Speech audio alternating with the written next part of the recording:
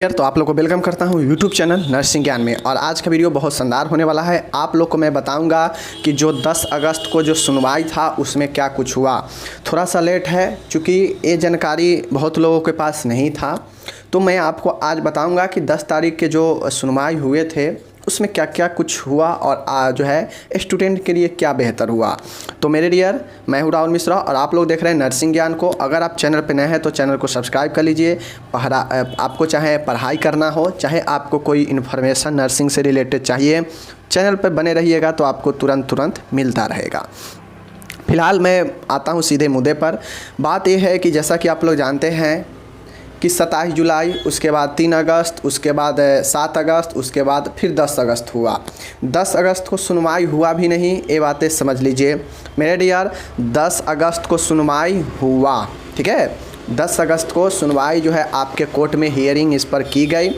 उसके बाद हुआ ये कि 10 तारीख को कोई ख़ास रिजल्ट नहीं मिल पाया, न 10 तारीख को कोई कंक्लूजन पर जा पहुंचा जिसे कहा जाए कि हाँ स्टूडेंट के साथ या किसके साथ क्या किया जाए, ठीक है। बस 10 तारीख के इस पर हियरिंग हुआ, पक्षों को सुना गया और इस पर अगले तारीख को जो है क्या किया गया, दे दिया गया कि अगले इतने तारीख और इतने तारीख को शुरू किया गया। सबसे अच्छी बात यह है कि ज़्यादा समय नहीं लिया गया है और जो हियरिंग का समय आगे दिया गया है वह बहुत ही कम समय लिया गया है। यानी अब कोर्ट भी इस चीज़ को समझ चुकी है, चूँकि केस का डाला हुआ, जब ये केस हुआ था फाइल लगभग जनवरी 2022 में ही लगभग एक केस फाइल हुआ था।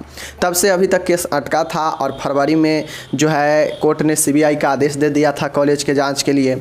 तो लगभग 2 साल केस को होने वाले हैं। तो ऐसे में 2 साल से लोग बीएससी नर्सिंग स्टूडेंट तो अटके ही हुए हैं। बाकी आप लोग जानते हैं कि एमपी में जीएनएम एएनएम का एग्ज़ाम होते आ रहा है, तो उनके लिए कोई ख़ास जो है इफ़ेक्ट नहीं है। बस उनका इफ़ेक्ट यही है कि उनका नर्सिंग काउंसिल भी इस केस में इन्वॉल्व है, इसलिए कहीं ना कहीं उनके आगे के प्रोसेस में रुकावट आ रहा है, ठीक है। दूसरी बात है, आपको ये समझना चाहिए मेरे डियर कि आप लोग जो भी लोग हैं, चाहे आप बीएससी नर्सिंग के स्टूडेंट हैं एमपी में या जीएनएम एएनएम के लिए है, दोनों का अपना रास्ता अलग अलग है। ज़्यादा जो प्रॉब्लम की बातें है वो बीएससी नर्सिंग पर है। अब मेरे डियर, जो 10 तारीख के हियरिंग हुआ उसमें तो हियरिंग सुनवाई की गई, बट एक क्लियर नहीं हो पाया, कोई निष्कर्ष पर नहीं पहुँचा गया कि आखिर क्या करना है। ये जो कॉलेज जो रद्द किए गए हैं, जो सीबीआई के नज़र में गलत कॉलेज है, उनके चेक करने के बाद 50% कॉलेज गलत नज़र आया, तो उन कॉलेजों को क्या किया जाए या फिर जो सही कॉलेज है उनको क्या किया जाए। आखिर तो बच्चा दोनों में एडमिशन लिए हैं, चाहे सही हो या गलत हो।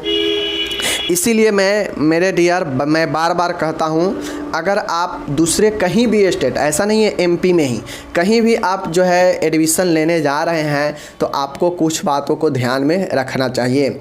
आप मान गए नॉन अटेंडिंग लेंगे एडमिशन, ठीक है ना, वो बातें आपकी बात की बातें होती है। नर्सिंग में कोई नॉन अटेंडिंग नहीं होता है, लेकिन आप जब एडमिशन कम से कम लेते हैं तो आप किसी के थ्रू में मत फंसिए। आप खुद किसी के थ्रू भी अगर एडमिशन लेते हैं, पहले उसको बोलिए कि हमें कॉलेज में ले चलिए, कॉलेज में हम देखेंगे कॉलेज में क्या व्यवस्था है, कॉलेज का बिल्डिंग है या भी या नहीं भी है, कॉलेज में जो व्यवस्था होनी चाहिए एक नर्सिंग के लिए वो है या नहीं है।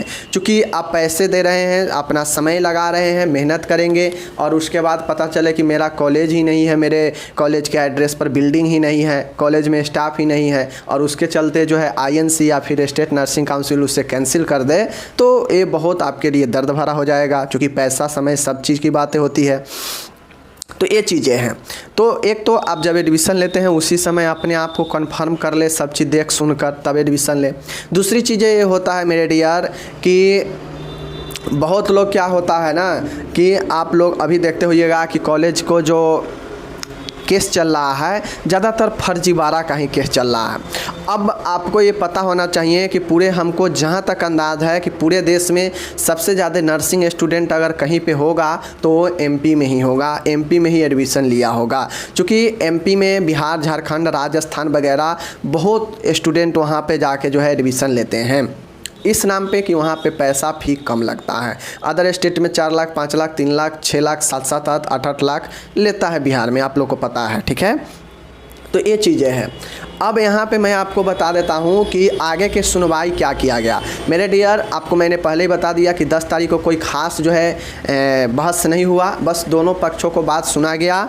और जो एग्ज़ाम वाला जो डिसीजन है कि एग्ज़ाम कैसे कराया जाए, सेशन को आगे कैसे बढ़ाया जाए, उसके लिए लगभग 3 से 4 सप्ताह का समय जो है दिया गया है, यूँ कहा जाए तो लिया गया है निर्णय लेने के लिए, पेश करने के लिए कोर्ट में कि आखिर सेशन को कैसे आगे बढ़ाया जाए, कैसे एग्ज़ाम लिया जाएगा। जो 2-3 सेशन छूट चुका है, जिसका एग्ज़ाम ही नहीं हुआ है एमपी में, बीएससी नर्सिंग वाले का, एमएससी का या अदरवाइज किसी का, तो उसका आगे सेशन कैसे बढ़ाया जाए, कैसे जो है क्या किया जाए, तो उसके लिए आपको 2-3 सप्ताह 4 सप्ताह का और इंतज़ार करना पड़ेगा।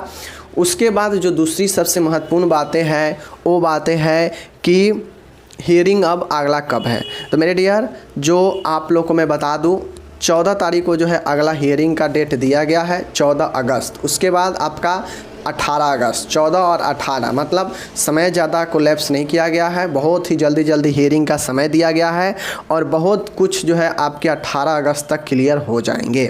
बाकी कुछ चीज़ें जो होगा वो आपको 1 महीने के अंदर में सब चीज़ का जो है पता चल जाएगा। तो ये सारा जो है आपको कुछ इस प्रकार से मामला है। 10 तारीख अगस्त में 10 अगस्त के कुछ तो सुनवाई हुआ, बट कुछ खास नहीं हुआ जिसका रिजल्ट आप लोग को देखने को मिले या स्टूडेंट के लिए फ़ायदेमंद हो। आगे डेट दिया गया है 10 के बाद 14 और 18, देखिए उस दिन अब क्या होता है। और बाकी आपको एग्ज़ाम से रिलेटेड जो इन्फॉर्मेशन है, इस पर जो फैसला है वो आगे अब 1 महीना तक में आपको पता चल जाएगा। इसके अंदर में एग्ज़ाम होने की पूरी संभावना है, ठीक है। और बाकी जैसे ही ये मामला सब क्लियर हो जाएगा, चाहे 1 महीना लगे, 1.5 महीना लगे, 20 दिन लगे, 15 दिन लगे, या 18 अगस्त को ही जैसे ही कुछ क्लियर हो जाएगा 14 या 18 अगस्त को, तो जो भी जीएनएम वाले का रुका हुआ रिजल्ट है, जीएनएम 3rd ईयर का, ठीक है, या फिर 1st ईयर 2nd ईयर का, सबका प्रोसेस शुरू हो जाएगा रिजल्ट देने का। ओके, तो उम्मीद है हमारी बातों को आप लोग समझ गए होंगे। बाकी मिलेंगे अगले वीडियो में, और इसके लिए आपको बहुत बहुत धन्यवाद कि आकर आप देखे हैं। Thank you.